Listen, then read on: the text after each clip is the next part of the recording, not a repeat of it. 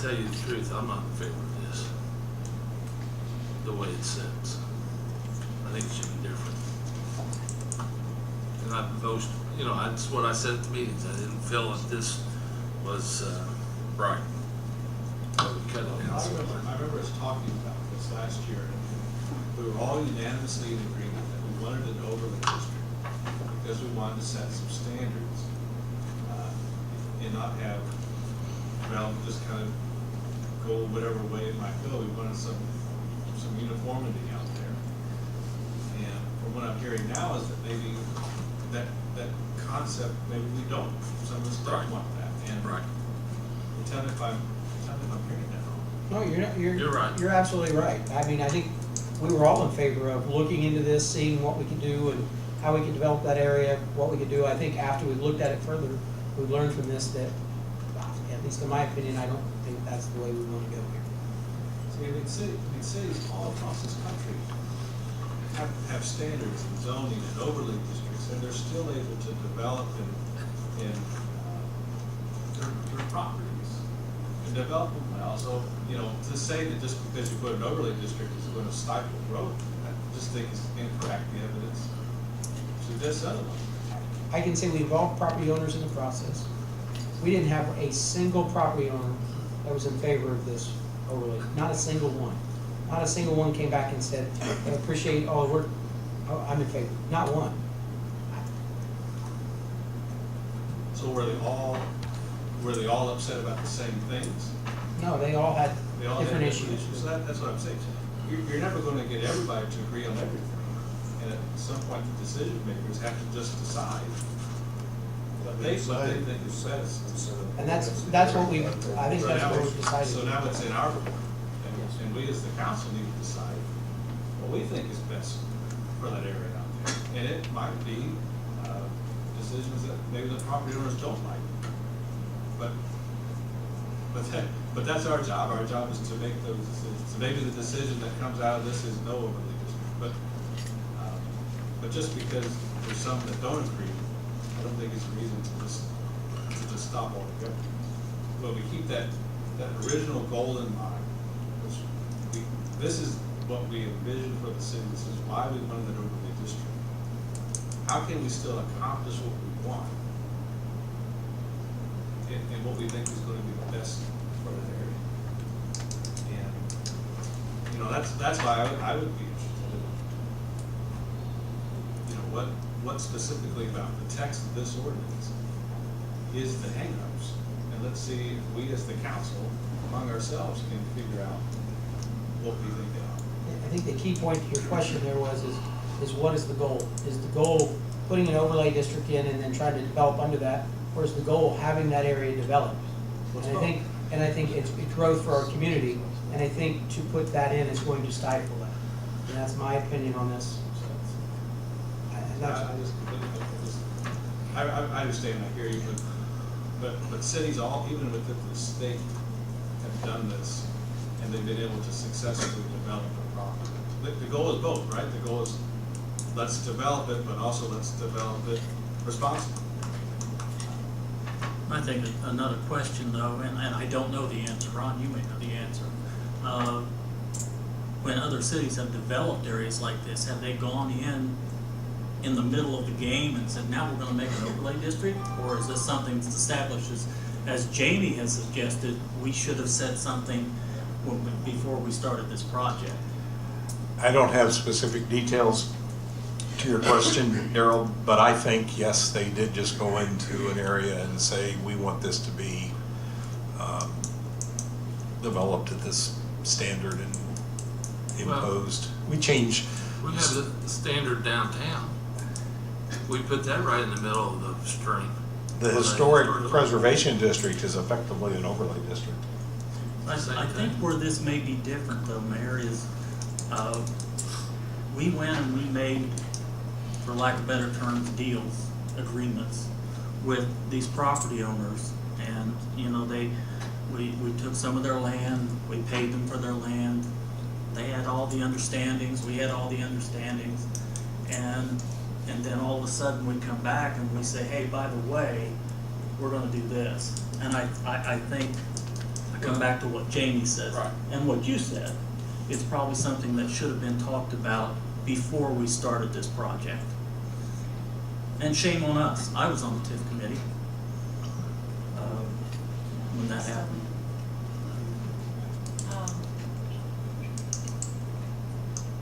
I really wish that everybody could have came to an agreement or another deal. Let me, It's been kind of rough for me because I'm on the tip, but I was very, very adamant about making sure that every property owner out there was involved and was informed and was was as active in this as possible. Because ultimately, they're the ones that hold the key as to whether or not that property is going to sit empty or thrive. let me explain a little more about the process the steering committee went through after the first public hearing before Plan Commission. And Kevin, you were involved, I think, all of those meetings. The mayor was involved in some of them. In the Plan Commission meeting after the first public hearing, the Plan Commission directed the steering committee to take the ordinance back and review it and to meet with the property owners. And one of the questions that came up in that meeting was which property owners should be involved, and the Plan Commission said any and all. And so, as best we had information from those individuals, those property owners that had been involved in the process, they were invited to attend a series of 3 meetings. In that first meeting, we simply went through the entire ordinance and asked for concerns about each section of the ordinance. And no effort was made in that initial meeting to remedy any of these concerns. We simply itemized all of the concerns, and we ended up with a 4-page document out of a 20-page ordinance or design standards that needed to be addressed. We then held 2 subsequent meetings inviting those same individuals as well as the steering committee, and we went through each concern, and I actually thought that resolution had been found with each one of those. There was one 4th steering committee meeting that the property owners weren't invited to, and the purpose of that meeting was for the steering committee to review all the changes and make sure we understood them. And there was some, I'll call them technical revisions, clarifications of some definitions. Nothing of any real substance was changed in that last meeting. After that last meeting of the steering committee, when it was sent back to the Plan Commission prior to the public hearing, all of the participants, of the property owners that participated in the process, were provided copies of that then current ordinance draft or standards draft. And I was, quite frankly, a little taken back when I heard that there was still all this angst from the property owners, because I personally believe that their concerns had been well heard and really addressed.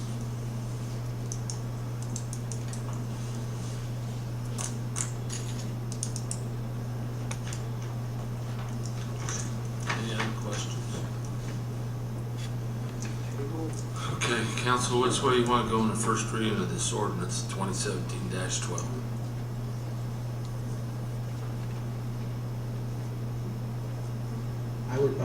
I would make a motion that we strike down ordinance 2017-12. Okay. I got a second. Second. Okay. Any other questions? So if we strike it down, where do we go from here? It's dead. If we choose to do something further, then we can take further action, but at this point, that ordinance is dead. But Why don't we take this as a starting point, pass it on first, and then let's just go through it as a council. Let us make the decision. I'm voting my conscience. I wouldn't vote that on first reading. I wouldn't go through it. My conscience says we're not passing it. It's gonna stifle growth. No, you're not passing it on. Passing it on first reading just gets you the second part, just gets you the discussion. you can amend it as much as you want to be a little different. But you have something here to start with. And again, there are cities all across the state in this country that have done this and have done it well. And it's not hindered them economically. I mean, I just go back to that first, the why we started out on this is we didn't want a bunch of pole barns out there. We didn't want a bunch of, warehouses or factories or, we wanted something that looked nice because we could spend millions and millions of dollars to invest that land, and to now just say, forget it. I don't think we're saying forget it. I think we're trying to encourage growth. I think we're looking at it from two different sides. We're not saying we're banning it. We're not saying forget it. We're saying, hey, we want to see it grow. We want to see it strive. And to strike this down is a vote to do that. And that's why, that's my opinion. We just disagree on it. That's all. We're not gonna agree. Okay. Any other questions? Okay, so we have a motion on the floor to strike it down, this 2017-12. And a second. And a second. All in favor, say aye. Aye. Opposed? Opposed. Okay, so it didn't pass, it's done. I do agree with Barry. We need to have something out there. I think that I was not in favor of what we just looked at. I was not in favor. We worked hard to get it down, and I believe that 300 foot was not enough. I really think there should be more to it than 300 foot, because you can put 300 foot and then build whatever you want behind it. To me, the compromise was too much. So, but I think we need to maybe have some more discussion down the road about this situation. But it's just like the other one, you said we should do it before it's built. Well, it's not built yet. I mean, but I don't want to penalize those people. I think it's a total district. I think we've already received a letter from one of those property owners tonight. Right. So, but I think that it's not quite dead yet, guys. I hope. So, we'll see. Okay. Now where's the paper? Park Community Crossing Grant. Community crossing grant from 2016, the final work has been completed. The contractor finished up last Friday on a couple of little projects, and mainly Montgomery Road. We have started on the 2017 process. We have gotten agreement from the Redevelopment Commission. They're going to put in $500,000. We're hoping to put $500,000 that the state will match that with. And our goal for that money is to complete the 5 south blocks of Lincoln Street. Similar to what was done from the hospital in Walnut. The second half of the community crossings, last year we applied for approximately $500,000 and we received it, $540,000 I believe, and they matched that. The city wants to also submit another $500,000 grant application to continue $1 million worth of work, similar to what was done this past year. We have gone through our asset management plan that we had prepared. We have changed the format slightly as to what was recommended by LTAP, which is Local Transportation Program out of Purdue, that will get us approval. And we haven't quite got it finalized, but we met with the mayor this morning and went through it at length. And we have to have the applications in by the 15th of July. What we're here for is to ask for your support for us to have the $500,000 for the match, similar to what we had last year.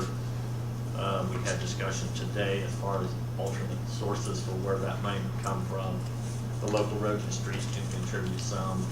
The MVH, possibly the King Cap Improvement Fund, and the mayor's edit funds. The MVH, we need to at least use 50% of that on roads. So whatever.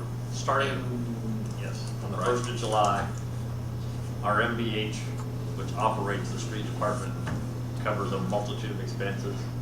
The new bill says we have to spend 50% of whatever they give us directly on road construction and maintenance from this day forward. What was that welcome amount we get from the county for a wheel tax? We're researching that to make sure we're getting what we're supposed to. No, it's not the number you're thinking. Yeah. Yeah, it's not. So, but that could be added, the wheel tax money can be added. We can use it towards the 500,000. And I think But the we'll raise it. MVH money that comes from the state of Indiana, now going forward, is required that 50% of that must be used for roads, construction, and maintenance. And the State Board of Accounts has started to generate a load of information as far as documentation of what, what's out in that regard. But I guess what we're here today is, the mayor has to draft a financial commitment letter for each of the projects we submit. Last year we had 7. We probably see this year could be maybe 8 with the addition of the Lincoln Street project. We have to prioritize those, we have to generate those letters. The first $500,000 in the RDC is a done deal, so that was not an issue. But we need to know that you support whatever he comes up with as far as the matching funds for the $500,000 that we're going to use for our street program. I'll make that motion. I'll second. Any other questions? All in favor, say aye. Aye. Opposed? Okay. So we'll be working on that. Also, Mark, we still have some lines to be painted on the roads, right? Yes, We still, that's about the last of the project. is- but that's not through the contractor. That's not, it's We're different. gonna try to do those ourselves, yes. Okay. They've completed, everything is now completed, except for they have 3 castings that have to be adjusted to grade. And we had, I don't know if you noticed, but we had railroad crossing signs put down. That was through a grant that they had, That's 100%, we don't have a dime in those. so those were all put down. We have to pay for it, but we'll get reimbursed for 100%. So, Tell you what, what's done really looks nice. Lincoln Street is just, that looks good. got a lot more to go. So, but thanks. Thank you, Mark. You're welcome. Okay, Jamie, Yeah, that's yes. a big deal. We have a stack of tax abatement renewals that we went through. These are all renewals, none of these are new. Is that your van? Thanks, van. So I don't know, maybe first I'll ask anybody had any questions. I think out of all of these, there was only one that didn't meet their employee count that they requested or kind of committed to beforehand. However, those abatements only had 1 year left and they weren't off much. Those were the 2 from GCOM. I believe they were short a little bit, but they those abatements only had 1 year left, so this will be the last year on those abatements. So was it in their, it wasn't actually in the abatement contract itself? When those abatements were approved, they weren't given that contract. We started that contract, was it 16? Yeah, it was, it's relatively new. It's only been the last few years. Last year. Yeah. So when those abatements were put in place, they didn't sign those contracts, so they were basically all or nothing. So we didn't have the ability to go back and say we would prorate them like we do some of these others.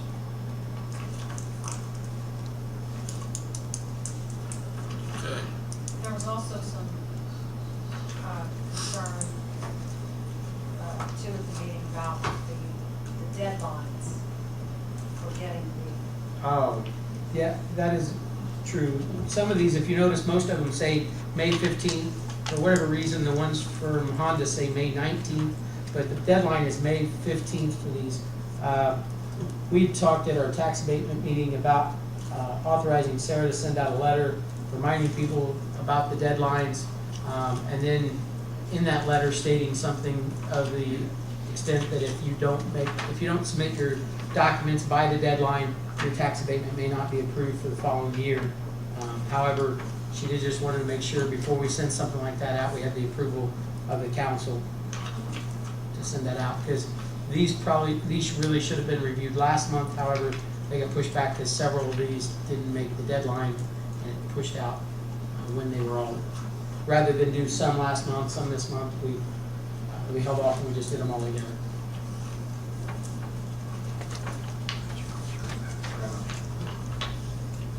I guess the first question I have is, would you be in favor of us sending a letter to that extent, basically?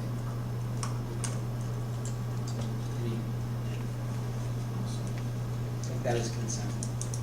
Awesome. I think Sarah's actually gonna wait till the first of the year. She's gonna send it out at the beginning of the year, kind of remind them of the deadline.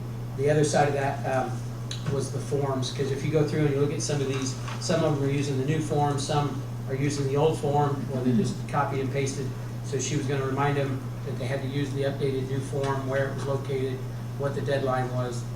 So those kind of things all go out in the letter. So there's no issues with that. Do we want to list each one, or do we want to just list the companies that had these renewals? In favor of passing all of these at the same time. They're all renewals, They're all renewals. and they've all come with recommendation from the abatement committee. Yes, sir. Mayor, would you like me to make a motion to that effect? Sure, please. You want me to read every one of these? Sure. Anybody else want to make this motion? All right, I'll make a motion to pass all of the abatements. They're the CF1 tax abatement renewals for Valio, Honda, Greensburg Commercial Warehouse, GCOM, KFAB, Tree City Estates, Tree City Village, Sun Properties, Top Flight Athletics, Hampton Inn, Mesco Manufacturing, and Hitachi. Okay, a second. Okay. I think he should have to read these on the second. Covered very well. Yes, you did a fine job. So we got a first and a second. Any other questions? All in favor, say aye. Aye. Opposed?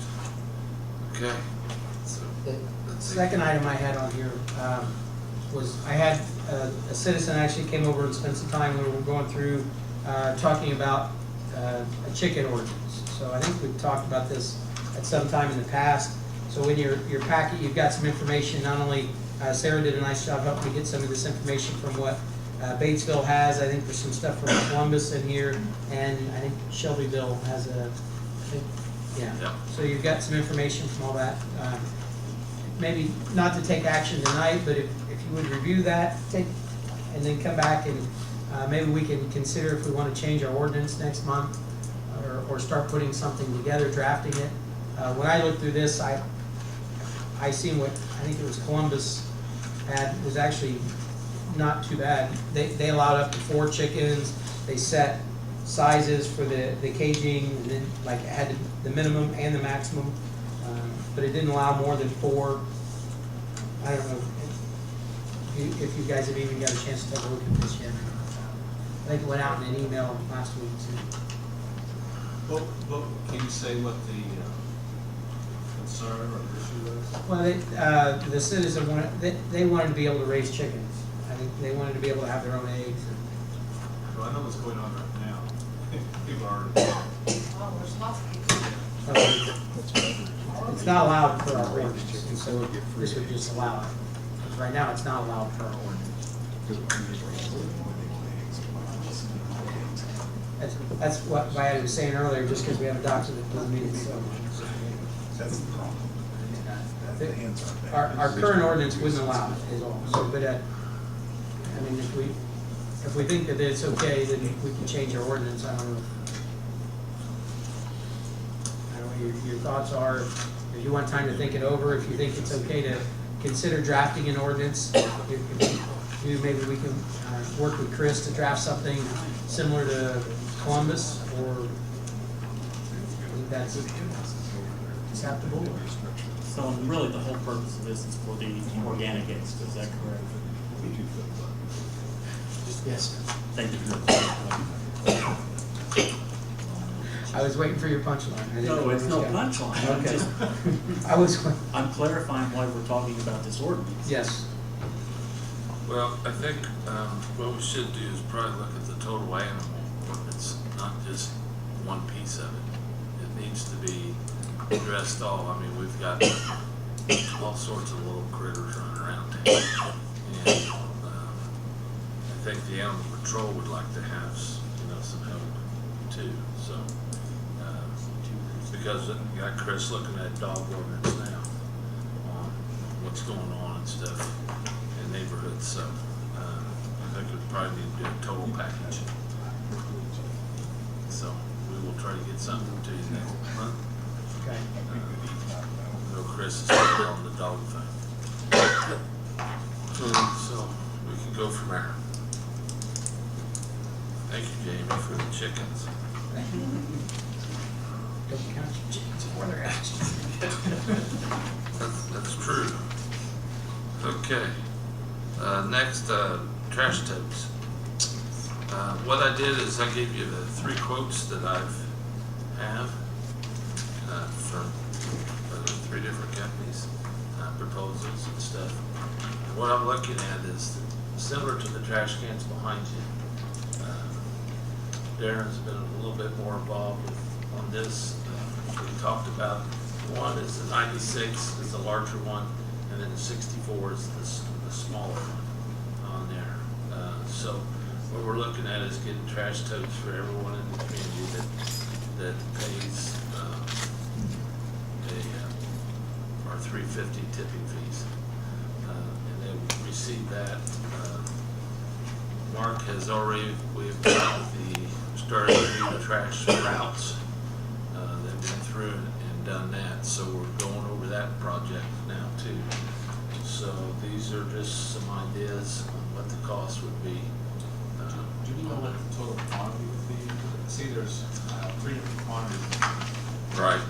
Well, I'm thinking we're looking at, Donna, what did we look at, about 4,000? Sounds I right. think that was what we kind of started with, and then